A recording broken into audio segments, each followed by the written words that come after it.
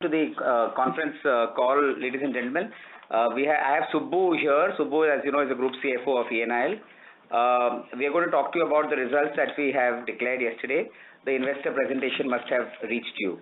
Let me just touch upon some of the highlights very briefly and then take specific questions that you will have. As you would have seen, our revenues have dropped by 2%. At an operating level and including other operating income by 1.5%. So we have reported 148.4 crore rupees, which is less than the number that we reported last year. Are we happy about it? Of course we are not. But let me just explain this number to you.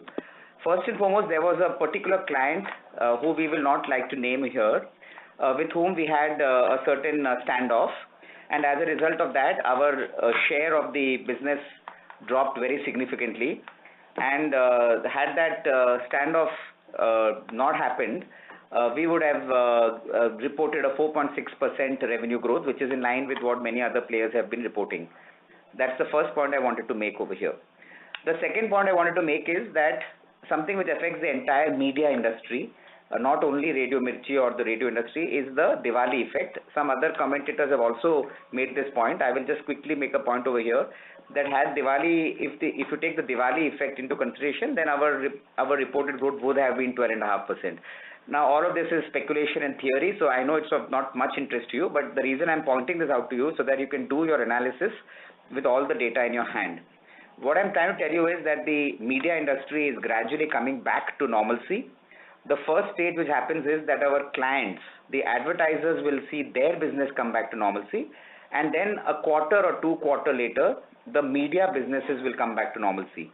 Now, if you've noticed the results of many companies which have declared the results in quarter 3, there's a turnaround which is visible. Whether it is Hindustan Lever or Colgate-Palmolive yesterday, you will find that there is a big uptick in the results. It's largely on the back of a low base of last year, but there is definitely an uptick. All the issues created by the macroeconomic changes of last year have now been overcome, and when we talk to our clients, we hear from them that they expect business to be growing at a normal rate starting from Q3, also in Q4 and going forward. Now remember, for media companies, however, like I mentioned to you, the real business will start from 1st April, not in Q3 fully, and possibly not in Q4 as well. And the reason is that many clients who suffered in the July, August, September and period of time because of GST and also in the April, May, June period of time are still managing their costs. And one of the costs that they do manage the most is, of course, the advertising cost. So I do expect that the real growth in media sector will come from 1st April. But here's what we are hearing in the market, and here's what our past experience says.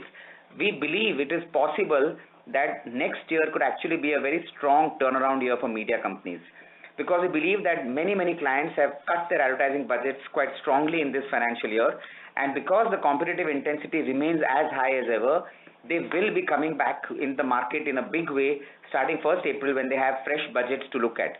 And we believe therefore that FY19 could well end up like FY11 was, Darpat? FY11 was, when after the Lehman crisis and the big problem we had then when FY11, when the market bounced back at more than 20%. So it is entirely possible that in FY19 we will see that effect happening over there. Having said that, this quarter has been a bad quarter, like I mentioned to you, because of one particular client and also because of the Diwali effect. In the radio business, as you know, when the revenues are not up to the mark, it affects all the other metrics. So you will find that our EBITDA has fallen by 6.5% and our PAT has fallen by 19.8% or 20% nearly. But these are all basically multiple readings of the same data point.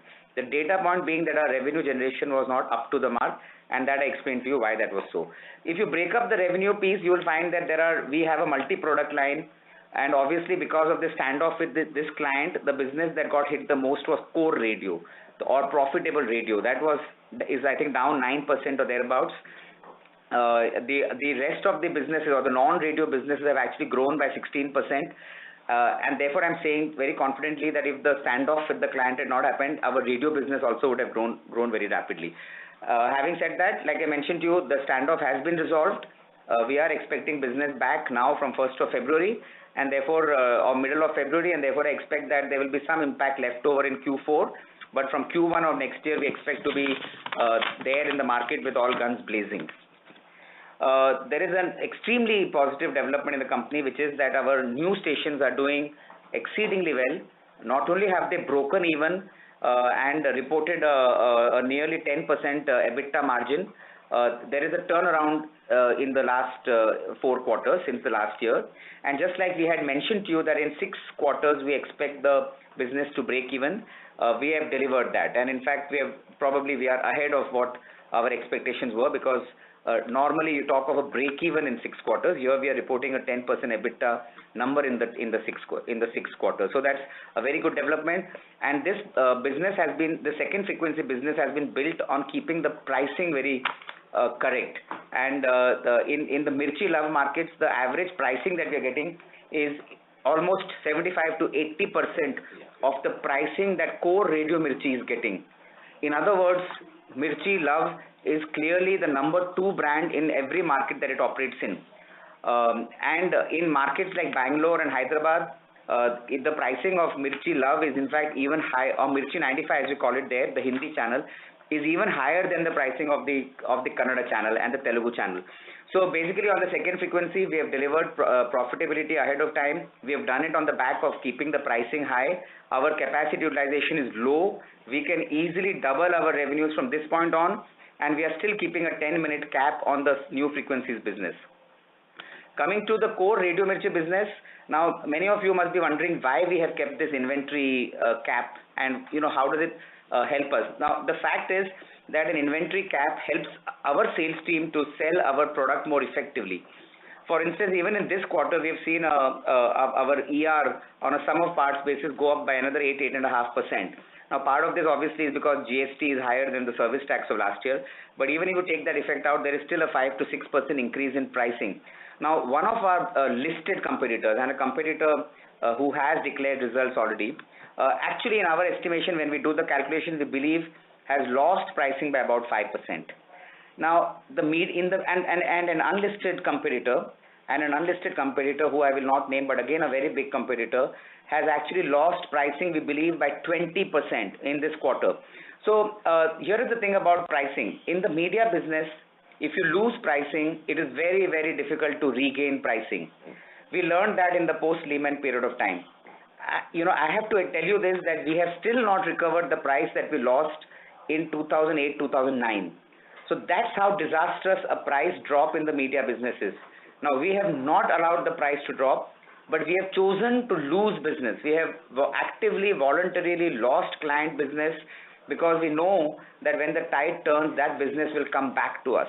Because if you are the leader brand in the market, the business will come back to you. But once the pricing drops, even if you are the leader brand, the pricing does not return back to normal. And that's the reason we have chosen to take the pain in our core business, in our core Radio Mirchi business. The pain will continue for a little more time, but from 1st April, like I mentioned to you, we expect that the high price strategy that we have followed, where we have increased pricing in the last year, even by losing volume, will work to our big advantage. And look at it another way. If at all we decide to change our strategy on inventory capping, we are now operating at FY13 and FY14 volume levels. If we decide to change this strategy for whatever reason, it will take us no time in filling up the volume and going back to the levels at which our competitors operate. So the revenue foregone in FY18 is a voluntary decision we have taken. It's a decision which you can reverse in the future if we want to. But like I mentioned to you, I don't think we want to do that.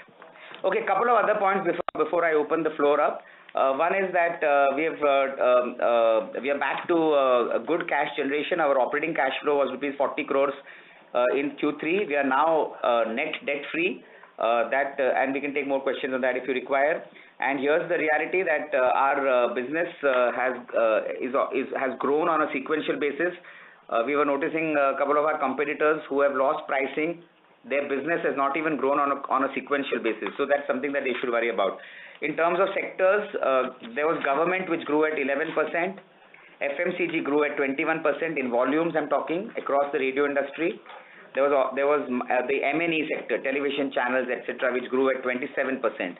But on the other side, there was BFI which de-grew by 22%. There was real estate which was down by 20%. And there was also auto and telecom which were both down by 6% and 1% compared to last year. So basically, it's been a mixed bag. The core sector has revived in the form of FMCG, but the core sector which has still not revived is BFI, real estate, auto, and telecom. And I think all of that will now start to happen in Q4. And therefore, just to end my talk over here, I expect FY19 to be a bounce back year. And Radio Mirchi, we have managed to position it in a manner where our pricing has grown over last year, our volumes are available, and we are waiting for the business to start. Okay, with that, I would like to open the floor up for your questions. Thank you. Ladies and gentlemen, we will now begin the question and answer session. Anyone wishing to ask a question may please press star and 1 on your touchtone telephone. If you wish to remove yourself from the question queue, you may press star and 2. Participants are requested to use handsets while asking a question. Ladies and gentlemen, we will wait for a moment while the question queue assembles.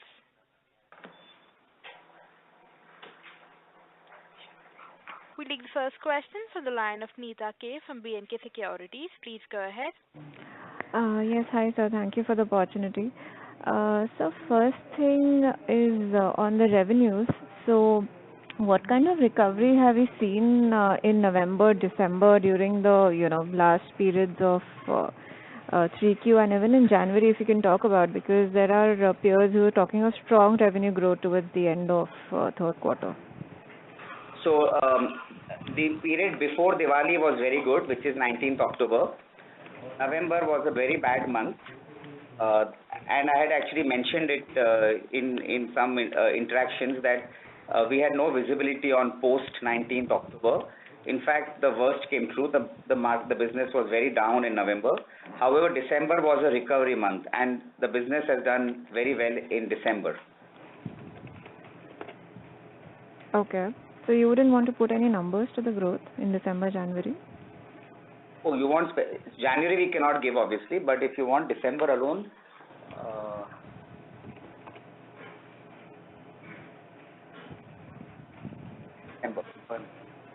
December? And December was good. Okay, so November was actually good. I stand corrected. It was 27% November growth. Yes. So October post Diwali was bad. November was 27% growth on a total basis, and December was 7% growth. 7%. Okay, got it. Sir, on the issues regarding the client standoff, so as I can make out, this incremental loss of revenues because of the client would be about 9 crores, which I believe would be about 6-7% of your total revenues.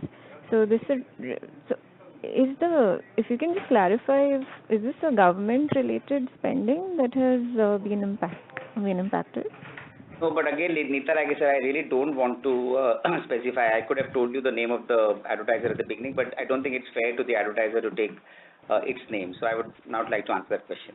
Okay, no problem, sir. And for the trend in costs, so I was just seeing marketing expenses seems to be up quite significantly on a Q1Q basis. At the same time, staff cost is down. So if you can just clarify on this. So let me take that question. So the share of our non-FCT business is higher in the current quarter. So that's why you see an increase in marketing expenditure.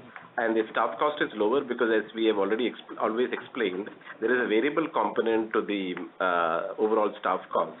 So when we don't hit our numbers, that variable component also proportionately falls. So that's the decline that you have seen in the current quarter. Okay, and so what would be the contribution of the non-FCT business this quarter? So approximately it is 2/3, 1/3. 2/3 is our FCT business, and all non-FCT put together is approximately 1/3. Okay. And so just one last question. So we are at utilization levels of about 83% currently in our existing stations. So what kind of levels are you comfortable with in going forward in FY19-20? Do you have something in mind since we are, on our endeavor to sort of restrict volumes? Yes.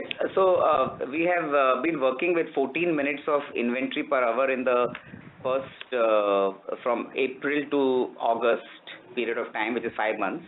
And we've been working at 18 minutes from September till March. That has been the way we have divided the inventory.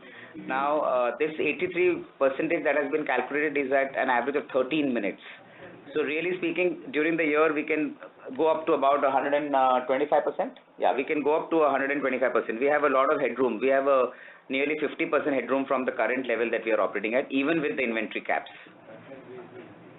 Okay, okay. Understood, sir. Thank you. I'll come back in the queue. Thank you, Neeta. Thank you. The next question is from the line of Asghar Shakir from Motilal Oswal Securities. Please go ahead. Yeah, thanks for the opportunity, sir. This first question is on the batch 2 of phase 3 channels. So just wanted to check. So I believe that those channels will be up and running from April, if I'm correct. And then what sort of revenue and EBITDA visibility and break even, you can just give us some indication about what we should sort of probably expect from there. Okay, Ali, the 21 stations that we acquired in batch 2, we expect them to start becoming operational from Q2, which is from around end of June or 1st of July. We also have Srinagar left from the first batch. We expect that also to be operational in the next, I think, month or two. So by that time, we would have completed batch 1 and begun the rollout of our batch 2. In batch 2 stations, since most of these are networking stations and they don't have high costs, again, we would conservatively expect them to break even in 6 quarters, but we would hopefully do it earlier than that. Okay, and any revenue, expectation you can throw in from these 21 stations? So these are relatively smaller stations, and these are not going to be very big contributors to the revenue of the company. I think on the radio revenue, actually the 21 stations on a full year basis, and when maximized, will probably contribute about 10% or 12% to the revenue. Okay, and can you just call out, what's the update on the 3 OFM stations that we were, likely to acquire, post the lock-in period ending in March. So should we assume that, probably from April, it will automatically, move to our books, or, there's a process to follow, and, it will be a long-drawn process? How should we look at that?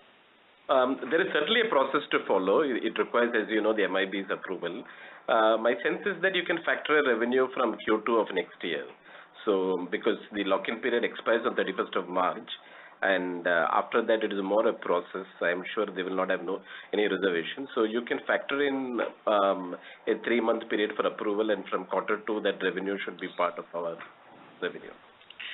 Okay, and since the lock-in period will end, presumption is that many of the smaller fragmented, single, dual channel networks will be, up for sale.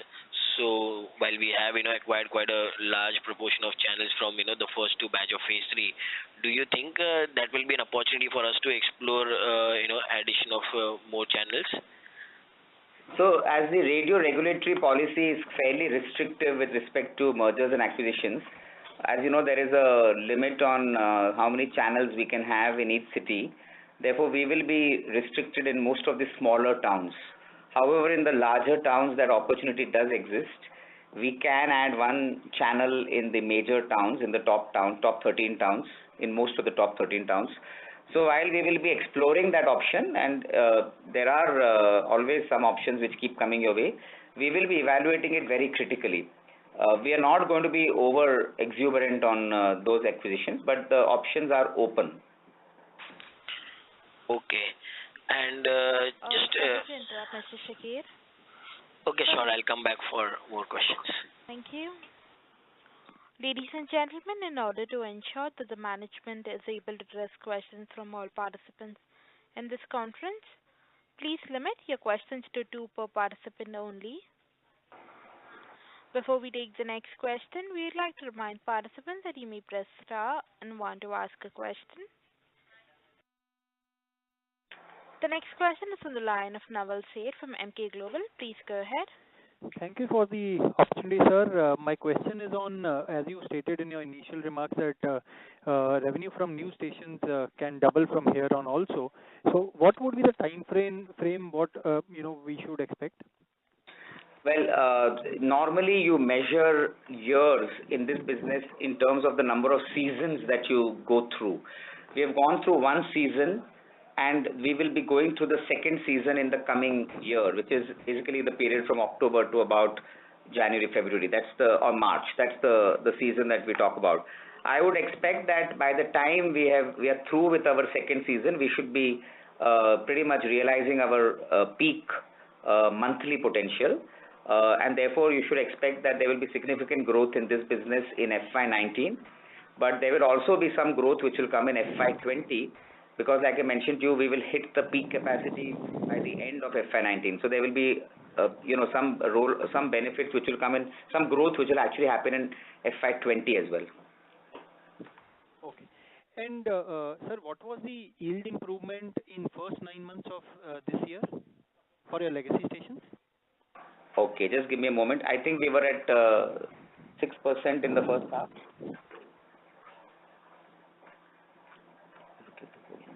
Okay, we will come back to you in a little while. Okay. One more small question, if I can ask. So it's on marketing spends. What should be the assumption for next year? Because this year we have curtailed it in a big way because of the revenues not been up to the mark. So what should be the assumption for next year? Will it rebound in a healthy way? Well, one of the things that we will do is to look at supporting our second frequency network next year as well. And like Subbu mentioned, we will be able to integrate Ishq FM with us by the second quarter. So there will be some support that we will extend to Ishq FM. So I would expect that the marketing budget would be higher next year, but not in a very, very big way. And I want to answer your previous question. Our ER pricing growth in the first 9 months is of the order of 8 to 9%. Okay. Thanks a lot and all the best, sir. Thank you, Naval. Thank you. The next question is from the line of Manish Gandhi, an individual investor. Please go ahead. Yeah, hi, good afternoon. It is very heartening to see listen the happy tone of Prashant after many quarters. So good things are coming. So Prashant and the team, congrats for the new stations, EBITDA are positive, and many congrats on the success of Kalyanam. So all right, yeah. Please explain our future strategy and opportunity in video content. Okay, but before I go to, thank you Manish for your kind words. And before I go to the video content, let me first tell you about our belief on the radio business. Now, we believe that, and we do a lot of research, as you know, and we also meet a lot of our listeners and a lot of youngsters in the market and all of that. And we believe that, while certain segments of the market, like let's say the youngsters, will certainly reduce the time they spent on radio, we believe they will continue to remain listeners of radio. At the same time, we believe that the radio listenership market will expand beyond what it is today, because there will be more devices available and so on and so forth. So we believe that the radio market is definitely good for the next several years, maybe the entire 15-year period of the license. The video offering is something which is very exciting, because as the market is turning towards digital and as more smartphones come about, a lot of the youngsters, like I mentioned to you earlier, they are reducing the time that they are spending on radio. They are actually increasing the time that they spend on video. So the video strategy of the company is built on leveraging the strength of our RJs, making great content, fiction and non-fiction, and using public platforms as well as our own video platforms to build a loyal following amongst younger audiences who want to consume good entertainment on video format. Now, the good thing about this is that we believe that there is money to be made in this business, but only if you are a leader in the business. And that's the advantage that we have, because we have a lot of RJs who are very recognized names in their own markets, and we have a lot of marketing clout, and we have strong client relationships. So we have Kalyanam, you mentioned, was an example where we had 6 episodes. Each one of them hit more than 1 million organically without marketing support. Together we delivered close to 10 million views on YouTube. We are probably the biggest YouTube web series in that language. We are already planning our second season, and here's the best part: we have a lot of advertiser interest already in the second season, and even on the first season we made a profit. Therefore, that business has potential. But like I mentioned to you, it's only available to those brands which have strong personalities, and fortunately, Mirchi has some of the biggest personalities in the market. So we are very excited about the video business, Manish. Wow, that's great. My second question is on calling current. So can you just help us with some, of course, not the figures, but how it helps you or it has helped you in all the markets, maybe in the listenership base or. So calling Karan is a property that we created for our Love network, and subsequently TV Today also wanted to run the content because they are also a love format called Ishq. So we did a deal with them, a commercial deal with them, where we basically gave them the rights to also use the same show in Delhi, Mumbai and Kolkata. It also helped us because, as you know, we are the selling agents of TV Today for their radio business. And therefore we have been we have been very interested in we have kept a close eye on their listenership performance and their programming input. So we when we joined hands on this subject, it helped us in the revenue piece as well.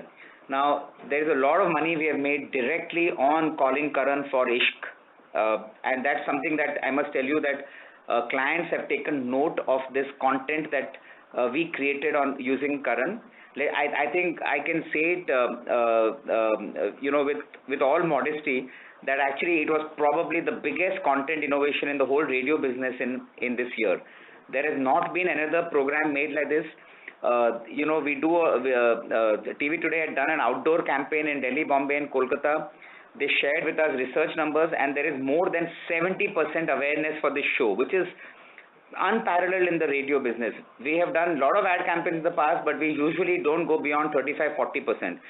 But calling Karan has got more than 70% awareness in the cities of Delhi, Mumbai, etc. The quality of callers that they are getting, they tell us, is really amazing. The quality of callers we are getting on Mirchi Love is really amazing. It has truly become an iconic show, and we are already talking about future seasons of that particular show. So it has created a lot of buzz for Ishq and Mirchi Love. I'm sure it has created listenership advantage. We will know when the new research comes out. Our card tracks indicate that Ishq has gained a lot in the markets of Delhi and Bombay, and so has Mirchi Love in the markets, and it has created a buzz amongst clients. So overall, I think it's something that we are extremely proud of having achieved. Wow. Many congratulations to your team. Just one quick question I have. So should I come back in the queue or should I ask? Okay, quickly, Manish. Yes, okay. You can ask. So is it fair to assume from Q4 of next year we will be performing in line or better than the market, which because of our strategy we could not do in last 3 quarters? You're talking of Q4 of next year? Q4 of this year, or because of this quarter, I think also we have done well if you include that one client. Yes, so Q4 of this year also, I think our performance will remain a little subdued because, like I mentioned, this large client, we have just closed the talks, the standoff has just ended, and therefore we expect business from 15th February. So half the quarter would have, you know, gone wasted. But apart from that, our performance should be in line, should be better than the market, I would say. And I certainly believe that in FY19 our performance should be better than the market. And also Q4, Manish, was very large last year. More than 30% of our revenues came in Q4 last year. Right. It is on that high base that Prashant is saying the growth will be subdued. Right. Yeah, that's 168 crore or so. Yeah. That's right. Okay. Thanks, Subbu. And all the best. Yeah. Okay. Thank you. Thank you. The next question is from the line of Vikash Mantri from ICICI Securities. Please go ahead. Hi. Good afternoon, everybody. What has been the contribution of real estate and government in this quarter to our revenues? Well, real estate has done very poorly. Like I mentioned, it's 20% down, and its share in our revenues was 8.4%. Sorry, where is it? Was 8.4%. And government? The government was 11.2%. Down by? Well, government is down by almost 48% for us. Okay. Our share was 17% last year for government. Okay. On the employee cost side, we've seen some correction. So is this a new number we should look at going forward? No, I explained earlier in the call, Vikas, that there is a variable component to our overall pay, which is quite sizable for the sales personnel. And since our numbers this year is below plan, there is a reversal in the current quarter. So it's more a quarter effect, but it is not the normal. Okay. Prashant, coming back to overall strategy, and I asked this question last quarter call also, but it was misunderstood. When do we get to know that our yield strategy isn't working? Well, because I remember you asked me last time, I think it is working very well. No, I agree. I'm not saying I'll just give you some data point. It is after 2.5, 3 years, DB Corp finally came in the last con call or this quarter's con call and finally agreed there were more learnings. Okay, and it did not translate into numbers. So end of the day, I think it should translate into numbers, any strategy per se, better profitability or higher revenues. My only question is, when do we say, okay, it hasn't worked? You are assuming that I will come back at some point in No, I am not. But I am saying that there should be some data point to say that if this thing happens, then yes, we agree it's not working. Absolutely. Or we keep postponing, saying, no, it will work tomorrow. No, we are not going to do that. We have never done that. So let me give you the answer to your question though. So first thing is that the comparison with any newspaper is not correct, and I'll tell you why. Because remember, in a newspaper... No, I agree, Prashant. I agree with all the thesis. I'm fine with it. Manish, Vikash, there are 100 people on the call. Please allow me the chance to answer your question. Okay. So because many people would have the same question that, DB Corp did this 3 years back and supposedly they failed. I don't know. Therefore, why are we attempting that? So let me answer that question. The first, it is not relevant, it is not correct to compare it with the newspaper, because in a newspaper you can stuff it with ads and it doesn't affect readership, because a reader can skip the ads and go to the section that he or she wants to go to. In radio or television, you cannot do that. In radio or television, if you will increase the number of ads, then you will lose listeners or viewers. And that is the reason why GECs in television channels do not go beyond 10 minutes of advertising. If you notice, this quarter there has been a 20% increase in television volumes. 20% increase in television volumes in this quarter. However, for GCs it is 0. Because GCs will not do more than 10 minutes because they will lose viewers. We believe in that in radio as well, and we believe that the research which will come out shortly in the form of IRS or whatever should back us up on that. If we realize that repeated researchers are not backing up this theory and really radio listeners don't care about it, then we will reverse it. We have absolutely no issue in accepting a mistake if we have made one. So the answer, the way I see it is, if it continues or it doesn't make material impact on our listenership market share, that would be the right moment. Yes. To say it is worked. We will eventually link it to listenership, because and two pieces of listenership. One is our own share in the listenership, and two is the overall radio listenership itself. Because remember that when the leader brand overplays ads, then it affects the whole market. So we will look at both those pieces, and 100% if it is not making a difference to listenership, then we will reverse it. Okay, fair enough. The reason I was cutting you short on the print question was that it was the same answer as last call. I didn't give an answer the last call. I thought about it. No, I read it, Prashant. This was the same discussion we had. Okay, go ahead. Okay. Yeah, thanks. That's all from my side. Thank you, Vikash. Thank you. The next question is from the line of Amit Kumar from Investec. Please go ahead. Yeah, thank you so much for the opportunity, team. Just a quick one. I mean, really, following up on the previous caller. So, what does the current research, the IRS research which has come out? I know it's again more geared towards print, but it comes out with some bit of data on FM radio as well. So, what does it sort of say about the health of the FM radio industry and Mirchi specifically, if there is any such data points available? The brand level data has not been revealed yet. I'm told it is going to come out in the next week or so, or maybe end of this week or early next week. But the category level number is very positive, because it shows that radio listenership has grown. I think it's by 19%, by 20%. Radio listenership has grown by 19 or 20%, including in all the major cities. So that's a very positive development, and because this research has been done, I think over the last 10-12 months of fieldwork, I don't know. I mean, I would like to believe that some of that has been on account of the volume cuts that have happened. But let us see brand level data before we jump to that conclusion. In terms of so overall listenership sort of going up, is it more people sort of listening to radio, and does your theory that time spent on radio essentially coming down, does that sort of also get validated by this data? Okay, so there is, like I told you, in IRS there is no data available yet except for what is called reach data. IRS is telling us that radio reach has increased by 19 or 20%, which means the number of listeners has increased by 19 or 20%. We still don't have data on the time spent, whether it has come down or not. When I told you that youngsters are probably reducing the listenership hours on radio, I meant it more from a European and American experience, where the younger audiences are splitting their time between digital and radio. There is no data directly available in India yet. All right, understood, sir. My next question, really pertains to this volume mix that you sort of talked about. That April to August, it will be 14 minutes in an hour, and from September to March, we are open to sort of keeping it at 18 minutes an hour. And it seems a little bit of a strange, sort of mix for me. I understand that September, October, obviously you have the festival season, and you have always been at 18 minutes. In fact, you've been higher at 22 minutes also in the past.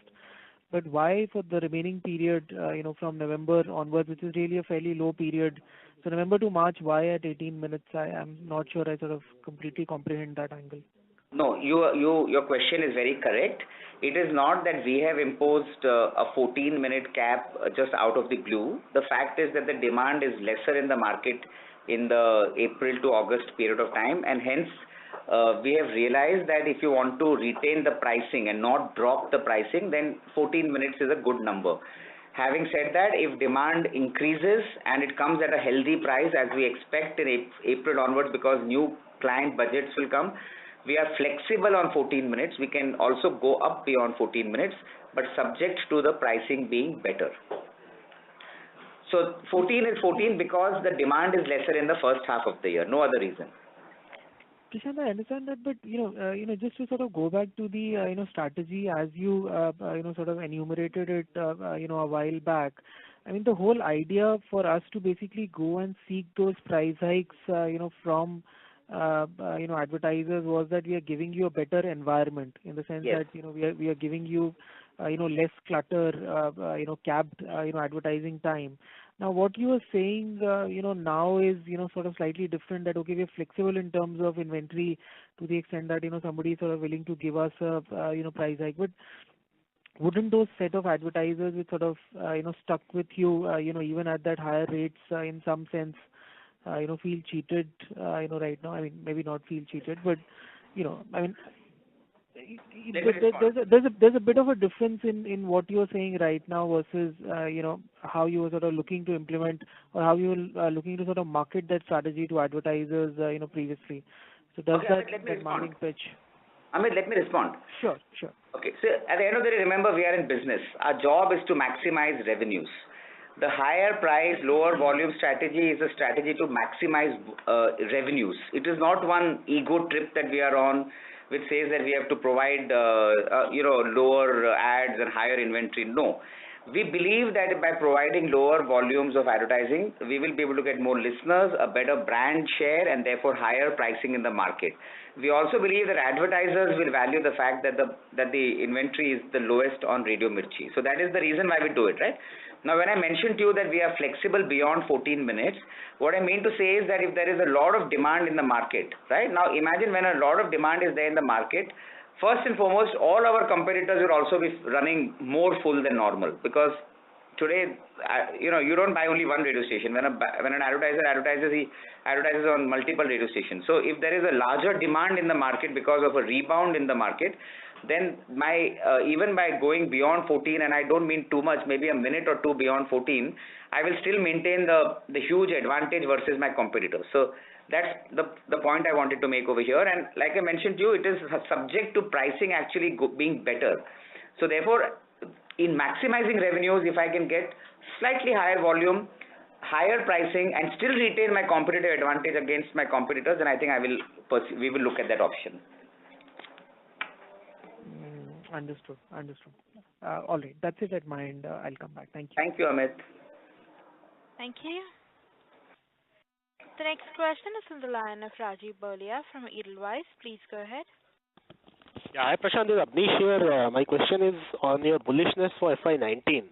How much of that is because of government-related, political-related advertising? So first and foremost, Abneesh, welcome back to the ENIL investor conference call. We have missed you in the last few quarters. Two, it is good to hear your voice after reading about you in the papers all the time, and congratulations on many accolades you have won in the last year or so. Now let me come to your question. Well, FY19, we are confident of, or we are looking confident about revival is because when we talk to our clients, they are telling us that the business is returning back to normal, and it is actually better than normal in some cases because organized brands are probably gaining because of GST over their unorganized players. We are finding that happening. We are finding a confidence returning back to our advertisers. So that's one factor. And the other factor is, of course, the fact that it's going to be, a rebound here because typically, like I mentioned earlier in the call, advertisers who have not advertised that much in FY18 will come to, advertise heavily because at the end of the day, it is in their own interest because they will be looking at market share gains. Hindustan Lever has already started that in Q3, but I expect a lot more brands to follow suit in the year in FY19. It's because of that. And yes, political advertising will pick up towards the when the state elections happen in Madhya Pradesh, Chhattisgarh, and of course Karnataka and other places. So it will be something that will add to the radio business. Even though I must tell you that nowadays the behavior of political parties is a little unpredictable. Gujarat, for instance, was a very big disappointment for all radio companies because some of the political parties did not use radio as much as they had used it in the previous elections. So it kind of varies, but I believe generally speaking, Madhya Pradesh is a good market, Rajasthan is a good market for radio advertising, and so is Karnataka. So it should, yes, that is one of the factors in FY19 that will help us. As far as government advertising is concerned, I think government advertising will also step up because it will be the last year of the government. Prashant, 2-3 follow-ups here. Gujarat, what was the reason? Because radio is a very good medium for last-minute decision making. So especially last 2-3 days before the voting, it can really help. So what was the reason? Any data which has come out? Second, of course, is from FMCG perspective. You said Unilever, etc. But if you see global FMCG companies have a mandate to cut cost and improve margins. And Patanjali, if you see, has been aggressively spending, and now it's there in the base. And of course, now too much of competition is hitting Patanjali also. So if you combine all this, then what is the growth number you are expecting? Okay, so first let me respond on the Gujarat thing. Now, we don't have a definitive answer, but here's what happened. When we, political parties did not close their decisions for a very long time. And I think partly it's to do with their own, I don't know, it appears that, they were kind of, at least they didn't have very large overt political spends to put out, so they curtailed the period of advertising, and well, at least that's what we heard, that they didn't have enough spends to make, and that's the reasoning we were given on the political advertising. Coming to your question about FY19, well, the good thing about radio is that we are not dependent on any one sector, and even in this quarter, the contribution of FMCG was roughly how much? About 12 to 13%, right? No, sorry. Growth for FMCG? Growth for FMCG? So the growth for FMCG was this year. Overall, yes, 26%. Growth. Okay. Yeah, the growth over last year. Just give me 1 second, please. Give me volume growth. This is volume growth. This is revenue. No, give me volume growth. 13%, I think. Yeah, I think the volume growth was 13% over last year for FMCG. And I think it was 11.5% for the whole industry. So FMCG was on a rebound.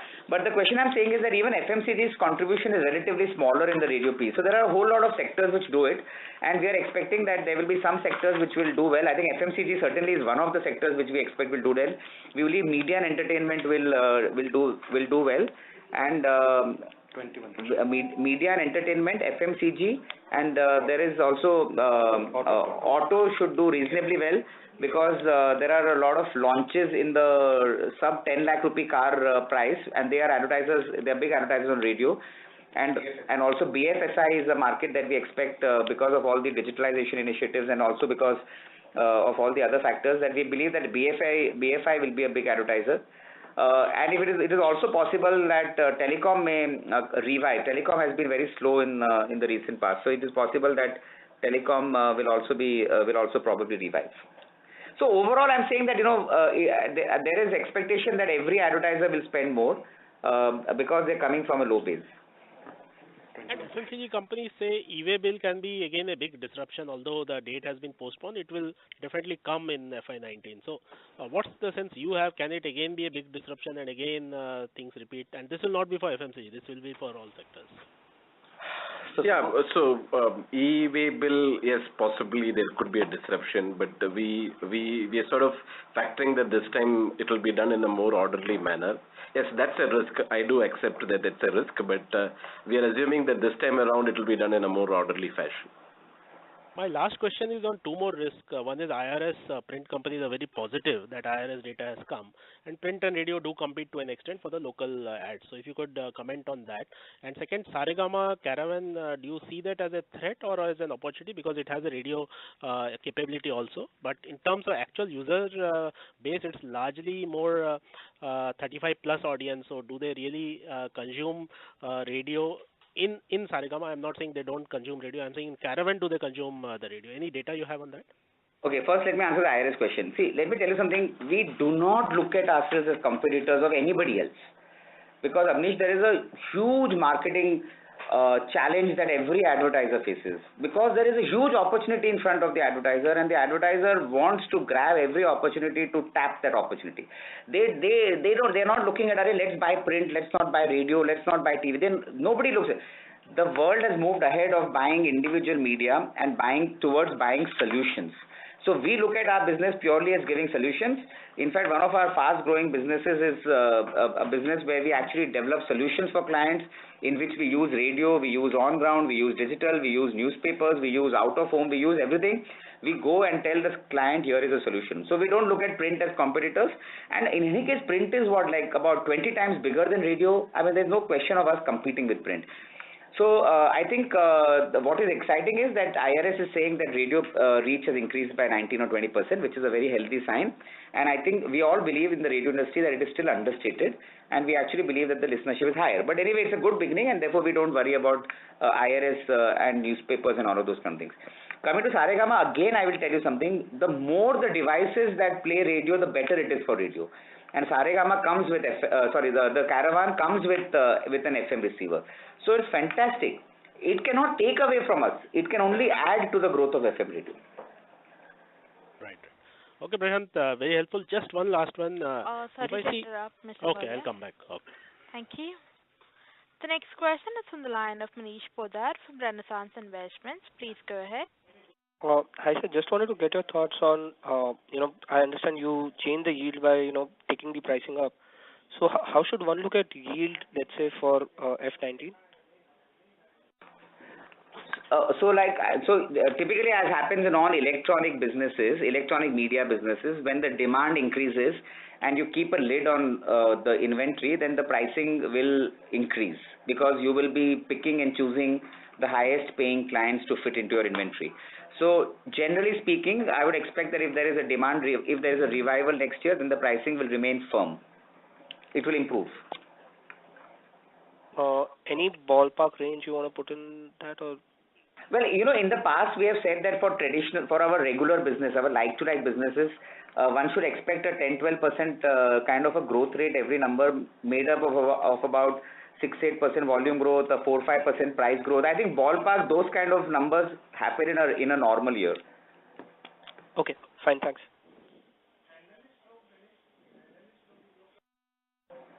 Thank you. The next question is from the line of Ashish Kumar from Infinity Alternatives. Please go ahead. Thank you. Just wanted to talk a little bit about the non-radio business. What's the percentage to the revenues, and how do you see that going forward in the next 12 months? Well, as Subbu explained earlier, it's 1/3 of the total revenues this quarter. This number varies quarter by quarter.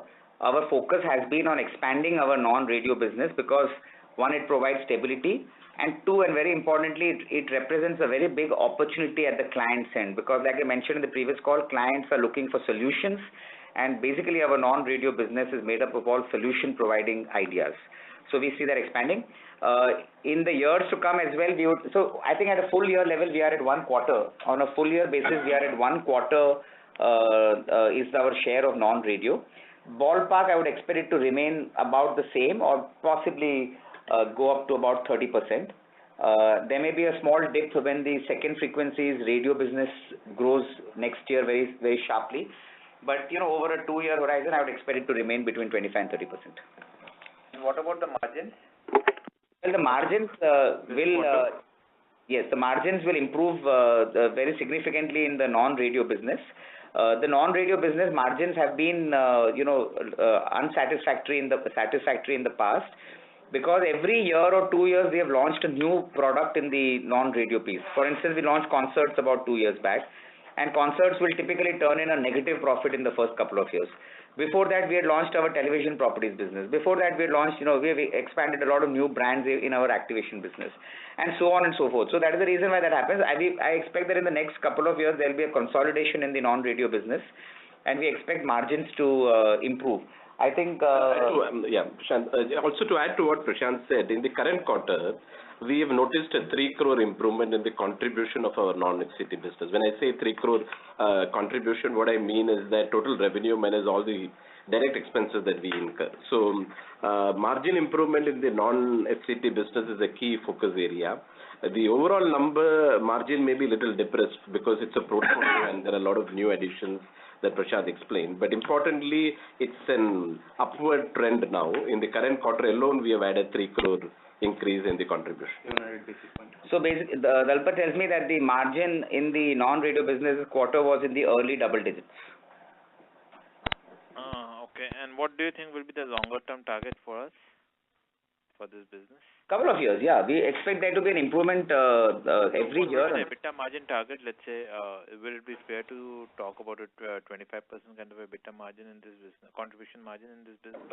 That 25 would be very high, but I think, we can do 15 to 18% will be a good number for EBITDA margin. And this quarter, when you say early double digit, it would be 11, 12 kind of numbers. It means early double digits. Ashish. I'm trying to get a number out of you, but you want to. Okay. Anything else, Ashish? Nothing else. Thanks. Okay. Thank you. Thank you. The next question is from the line of Pavneet Singh from Skyline Equity. Please go ahead. Yeah, congratulations on a fine set of numbers. I wanted to ask, until now we had been speaking about green shoots. Do you see any problems in digitization of radio signals? Because recently TRI also sent a paper regarding that there should be an auction mechanism wherein there should be those who are already holding the signal waves in analog form, they should be allowed to bid for the digital form. So what kind of capex would you need to make if in case it happens, and how far do you see that coming up? Would it be a problem like demonetization, or it will be like opening up space further? So Pavneet, I think your question is good, but it is it's still very early to ask this question. Actually, let me just give you a background to it. What you're referring to is the digital transmission of audio signal. Right. You know what, in India we have adopted something called DRM, and All India Radio has been experimenting with DRM broadcast for many years, I think possibly 10 years. But the problem with any digital technology is that it means that you have to buy receivers which are specialized receivers for digital transmission. I don't know if anybody in India will buy special radio receivers built on DRM technology. These receivers can cost 1,000 rupees to 5,000 rupees. The experience in Europe has been that listeners are not interested in buying. There's only one country which has gone in for what they use over there is called DAB+. There's only one country in Europe which has gone in for DAB+, it's Norway. And I was reading some reports recently that even in Norway the people are not happy with DAB+. They are just so much more happier with FM. So whatever FM signals are continuing in community radio in Norway, people are sticking to FM. So I don't think anybody in India is in too much of a rush to adopt DRM. And that's what all radio broadcasters have told to TRAI, that DRM and all is fine, but you people should experiment. And honestly, until a receiver base is made up in the country, none of us is really interested in auctions or bidding or whatever. So I think it will take many years before DRM comes to India. Already it was very difficult for the government to bring in the newer phases for auction for the smaller cities and smaller towns. Correct. So that way, even in the paper they have written that existing analog FM radio channels should be allowed to remain or operational for the remaining period of their phase 3 permissions. So that is not the cause of worry. But do you feel that for monetization or for making money, government might alter things and jeopardize things for radio sector per se, or it can be ignored altogether? Very, very unlikely. The government is very supportive of FM radio. They have always, heard what radio broadcasters have said, and they've always tried to play a helpful hand. In fact, we are expecting the third batch of auctions to now happen anytime now. And therefore, I don't expect that. I don't think the government will do anything which will affect negatively the prospects of FM radio broadcasters. And one last question is when you speak to your clients, government is also one of your biggest clients. So, do you get any sense as to whether they'll be ramping up their advertisement spends in times to come, because this is the concluding year before the general elections come up? Well, the government never responds to these kind of questions. So we are only left to speculate. But the general trend has been that in the last year of the government, it typically tends to highlight its achievements more, and therefore, yes, we do expect that they will use more radio. Okay. And as you know, the government is a big believer in radio. They have actually been spending heavily on radio. And you subsidize their prices by almost 30% to what you charge for the clients, or they have a DAVP policy? No, so DAVP's pricing is, I think, available publicly. You can have a look at it. But and DAVP pricing was very low, but they have revised it a year back. It is still low compared to market, but it is at least better than what it used to be in the past. Would you like to put a number of, say, subsidy to that, 50%? No, not at all. I mean, I can't give that number because it varies city by city, market by market, player by player. It's a huge matrix, a huge grid. You can check it up online. Okay. It is lesser than my market pricing, but I mean, it's difficult to put a number to it. Okay. It depends on prime time, non-prime time. There are many things. Government pricing is not like private sector pricing. Their pricing varies day part by day part, and sometimes the morning is more higher, sometimes the evening is higher, sometimes the afternoon. Unlike in private sector, so it's very difficult to put a definitive number to the government pricing. Okay, thank you. Thank you. The next question is from the line of Rohit Dokania from IDFC Securities. Please go ahead. Yeah, hi, good afternoon, sir. Thank you for the opportunity. Just two questions from my side. One is thank you for the outlook on the revenue side in FY19. Can you also talk about on the margin side? It would be very helpful. So so we want to Rohit, this quarter has been, in fact, this year has been bad in terms of margins. Next year margin would be certainly better. The revenue drop that Prashant talked about earlier due to a single client issue, that was entirely on radio, and all that revenue will add to the margin because there are no costs associated with radio, as you know, in terms of variable cost. So next year margin will certainly be better than this year. Sure. So overall, should we expect, is it possible that at a network level, at a company level, we can go upwards of 30% next year, or that is, another year away?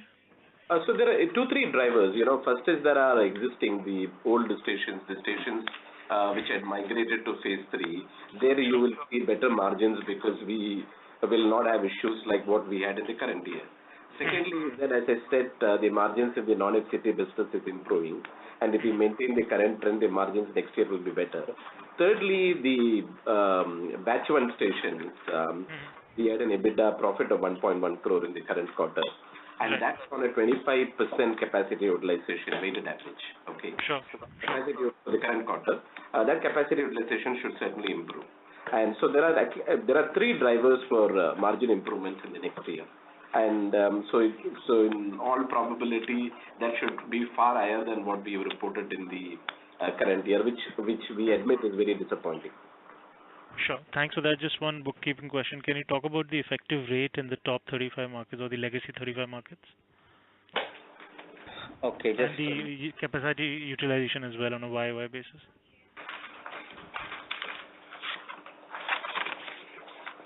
So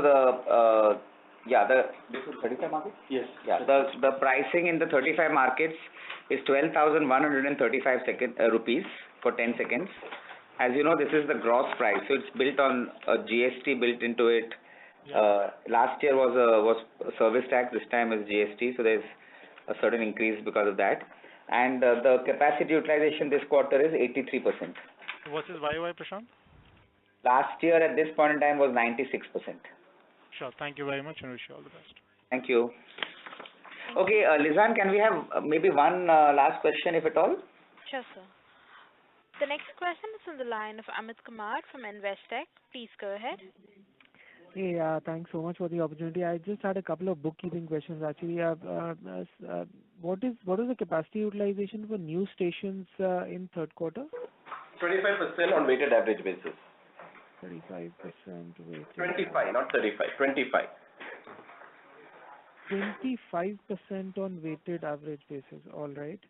And so this new stations financial data that you share, does this include any bit of non-radio revenues as well, or this is purely radio? So that is new stations as a network, includes FCT and non-FCT. Okay, understood. Just one sort of final point. You sort of mentioned the third batch of FM radio, and one of the key elements that you had communicated to the government previously is that for some of the markets the one-time entry fee was quite high, from where the bidding sort of starts.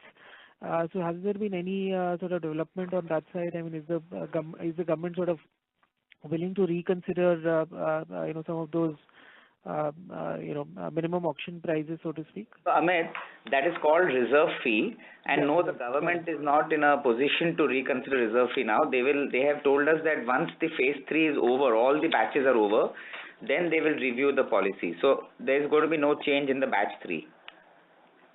Okay, and so batch 3 is going to be the sort of last batch in phase 3, or is there going to be something to follow up as well? I think that will be the last batch, because they have told us that they're putting all the remaining frequencies in the batch 3. All right, understood. That's it from my end. Thank you so much. Thank you, Lizanne. Can we wind it down now? Sure, sir. Sir, would you like to add any closing remarks? Yeah, so thank you very much as always, ladies and gentlemen. And if there are more questions that you have, please reach out to dalpatraj.jain@timesgroup.com, and he will be happy to share with you all the details that you would like to have. Thank you very much. Thank you. Ladies and gentlemen, with that we conclude today's conference. Thank you for joining us, and you may now disconnect your lines. Thank you.